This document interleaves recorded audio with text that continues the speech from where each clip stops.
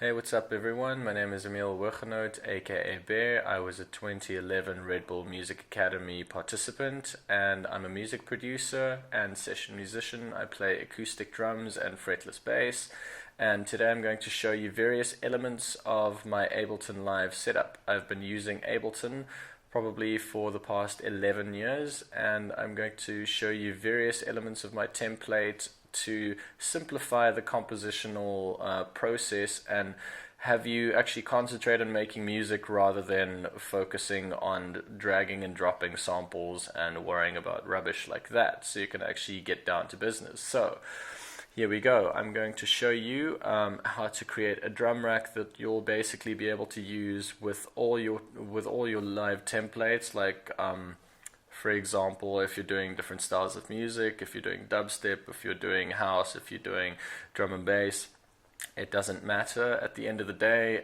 these samples are going to be loaded up and you can set it up in your template and just recall them at any time. And that is the whole point. So I'm going to start off by dragging this drum rack over here in this empty MIDI clip.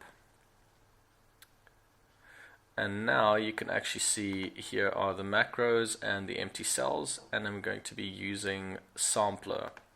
Now the reason why I'm using sampler is normally with a drum rack you can just put in one sample per clip or per empty slot, and the reason I'm using sampler is basically to drop in up to 127, if I'm not mistaken, samples per clip, and that is what we want. So you can actually recall them on the same MIDI slots. So you can actually see all the MIDI notes are here. I'm just dropping sampler in there. And now I'm going to go to my library and I'm going to look for some kick sounds. So there we go, searched for some kick sounds, and I'm going to just drop these in here. So it says 40 out of 40 samples selected, and we'll open the zone over here by clicking there, and the chain selector. If you're not familiar with the chain selector basically indicates which sample in sampler is going to be played when or where. So if you actually look at this orange bar over here is your selector itself, and these blue lines indicate the samples that are selected. Now obviously all of them are basically from 0 to 127, which means if you press C1 now, all of these notes are going to be playing at the same time. Well, all of these samples are going to be playing at the same time, and that's not what we want. We want to be able to choose through them. So you want to be able to have the same MIDI note playing and trigger them separately depending on what type of drum sound you're looking for, what type of kick sound. So we're going to say Command A and select all of them. I'm going to right click and say distribute ranges equally.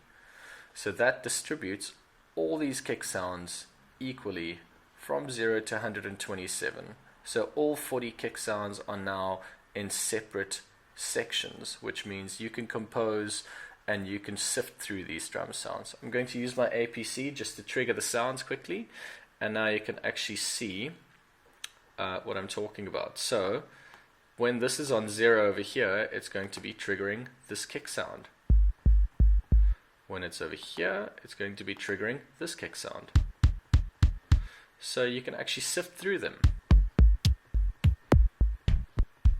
So now, instead of me using my mouse to change the selector the whole time, I can actually right click and I can say map to macro. So now by mapping this to a macro, if you have a controller, now you can actually with ease go through the different drum sounds and select the one that you want to use.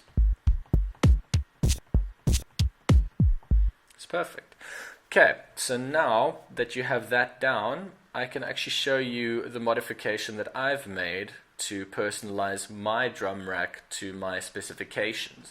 So you can apply this to the rest of the empty cells here, and you can map all these macros if you like, but I'll show you a different way that I've done it. So when I go to my drum rack over here, I can give you an example. So as you can see, all of these are set up accordingly. So the sub, kick, toms, clap, hi-hats, and so forth. And then my macros to the left hand side over here respond to the decay. So as you can see, this is the sub decay, the kick decay, tom, clap. So this is in sequence to these 8 notes, or the 8 empty clip slots or clip slots. And I can actually show you how I've done this. If you go to filter global, as you can see, these pink little dots over here indicate that these have been mapped. So now if I go to sub and I just select my rack over here and I use my controller to move this, you can actually see that the decay and release and sustain elements are moving. Okay, and when I go all the way to the left hand side, what happens? It actually switches the clip slot on and off, which means I won't get a clicking sound, it'll just switch off, so mute it essentially. So when this is on 0, when my sub decay is on 0, or any of these decays are on 0, it switches off my my clip slot, so it switches sampler off, which means I don't have to have a mute button necessarily. I can just go all the way and mute it. I've got a pattern over here that I've already prepared, and I can give you an example of how I'm going to sift through the drum sounds, and then I can also show you how these sounds mute when I turn the decay all the way to 0. Here we go. So you can hear it's quite clicky already. Those are the hi-hats. Other hi-hats.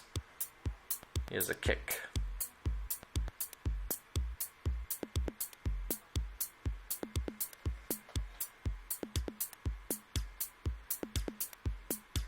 Opening the sounds. There, I muted the kick. Okay, let me stop this for a sec. So you might ask yourself, what did I do in terms of selecting the different drum sounds now? Because obviously you don't want the same drum sounds playing the whole time. You want to be able to select them on the fly on your controller. Well, I actually hard mapped them on my pan settings, because I don't use the pan settings when I produce. Essentially, I would make these choices afterwards when I prepare for mixing and mastering. But generally, I use the pan settings to use that as my selector, so my chain selector for all my different sounds. So it'll actually respond when I'm busy playing. So when I press the play on the pattern, I can actually select different kick sounds.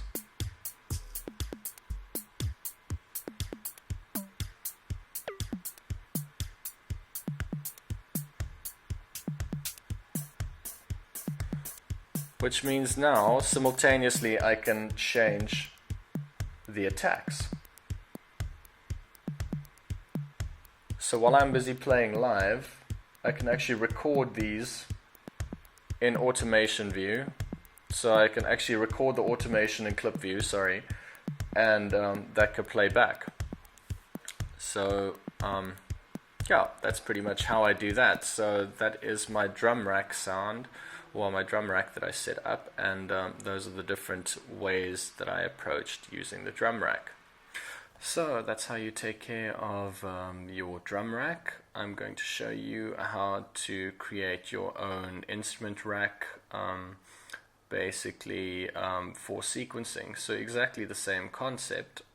Use various instances of analog or operator, whichever you prefer, to simplify the process of writing music as opposed to having to go through patches and all these things. So let me give you an example. So here is my rack. I set up the chain selector. As you can see, here's my chain selector. These are all the different sounds over here.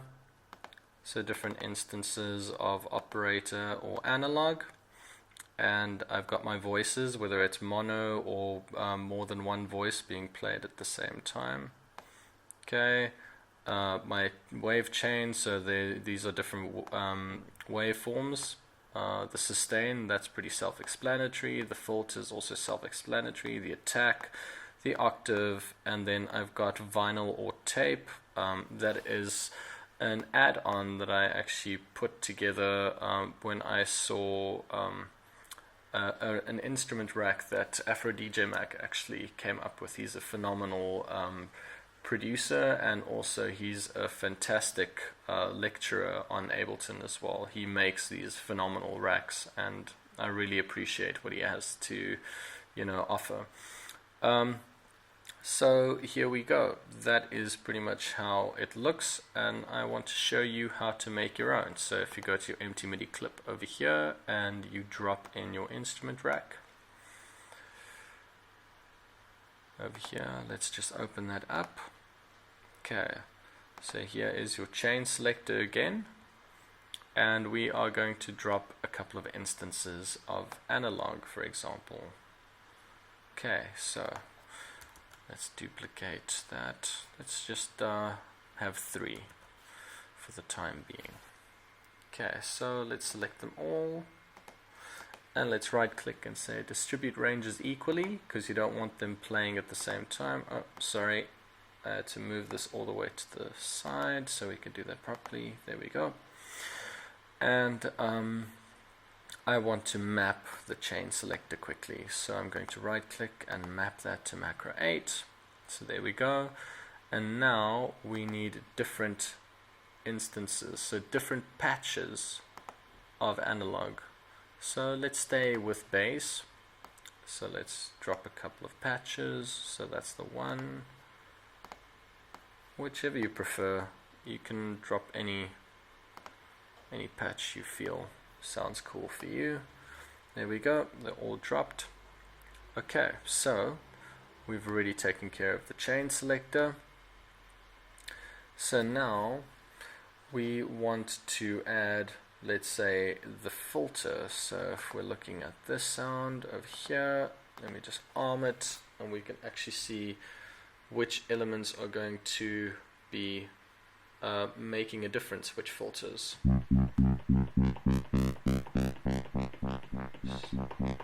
So that makes sense. We can map this. So let's map that to macro 7. So now macro 7 will have the filter all the way down.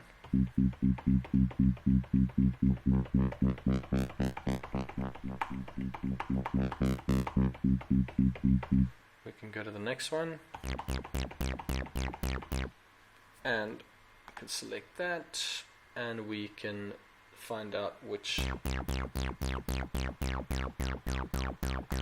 not too big a deal.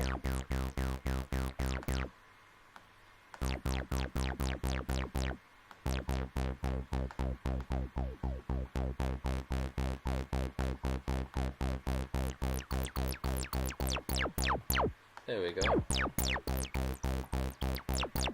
Let's map that. So we're going to map that to filter again. And we can go to our third one. So you can just carry on and map the filters. So now we can go to the octaves. So let's just jump back to our first one. And let's see how we can get a different octave. So if we map that to macro 6, then it's obviously going to be all the way down to 0. And let's say you don't want that. Let's say that is obviously a bit ridiculous. So -3 is just too much for you. So if you want to change that, you can just click on map over here and go to your octave settings, and you can say, well, I just want it to be between -1 and 3. So now that's set up. Now you can actually personalize exactly how that works. So you don't have to worry about getting unwanted results. You can actually fine-tune your mappings by going into the map view and actually changing the way that the filters respond, or changing the way that the actual increments between the lowest point and the highest point. And I think that in itself is also a very, very powerful tool, because now you can actually fine-tune exactly the sounds that you require or that you want. And that being done, we can actually move ahead and we can actually change the volume, for example. So we can hard map that, or we can map that to macro 5, for example. And let's say we don't want the volume to be all the way down. Okay, so the volume is all the way down here. So same story, click on map, go to the volume, or you can click on there. There we go. And you can adjust it accordingly. And that would obviously respond to how the volume is mapped. So I can give you an example. Turning that all the way up, all the way down. So all the way down is minus 5.1, and that's what we've got right here, minus 5.1. Okay, so that is very simple, very, very simple. You can also drag in other racks, like I told you about the Afro DJ Mac rack that I'm using. But I also wanted to let you know, I wanted to let you in on a little secret. I don't know if a lot of people know about this, but this has helped me a lot. Before I got my solid state hard drive, I was always struggling with CPU. CPU load is generally the hardest thing to combat, and you really need to be sure that you don't have an excess of instruments open that are just taking up all your CPU. Because think about it this way. Once this chain select is here, this over here and this over here is not being utilized, even though these elements are still on. So these instruments are still on, which means they are still taking up your CPU. As you can see, the CPU is up over there. So the way that I would combat this and take care of this is by actually hard mapping to your chain select over here. And that's the most amazing thing about macros, is the fact that you can actually map various elements to one macro and have them respond differently. So when you're turning from 0 to 127, various elements could respond in various ways. Okay, so by hard mapping the chain selector to the power over here, this is going to save up some space. You can see by clicking on here, switching this off, you can already see that it's going to make a difference in your CPU usage. So how do you do this? Because obviously you want them to switch on and off, you know, depending on whether they're selected or not. So this is very simple. When you click on here, you can actually see it says 0 to 41, and that is your indication. So when you right click on the power over here and you map this to the chain selector and you click map again, you just click on here again, then you can actually see now at the moment it's 64 to 127. But what did this say? This said the selection is only from 0 to 41. So if you select this to 0 and you select 41, what's going to happen? It's selected now, and voila, it's off. On, off. Okay, so you could do exactly that with the next one. So now 42 to 83, let's map this to our chain selector. 42, let me just see, what was this? 42 to 83, and this one would be 84 to 126. Let's do exactly that. 84. Why is it saying 126? That's strange. There we go. 127 now. 84 to 127. There we go. So now you can see this one is selected over here, but it's off. But when the chain selector goes over there, it selects it and it's on. And that is one of the most amazing ways to actually save CPU usage. Remember, with your template, the most important thing is make everything accessible, make everything easy to compose, but also make sure that you save on CPU, because you don't want the world's biggest template that could do everything and then run the risk of not being able to use it because your computer just can't handle. So just be sure that that is the best way to do it. You can actually have X amount of versions of instrument racks or whatever, but make sure that when you're not utilizing them, that they are switched off or mapped to be switched off. So I think that about wraps it up for this tutorial. So yeah, my name is Emile Hoogenhout, aka Bear, and I look forward to hearing from you. You can send me a message at bear.things@gmail.com. If you have any questions or queries, or if you want to swap some notes and templates or some instrument racks, please don't hesitate to send me a mail. Thanks. Ciao.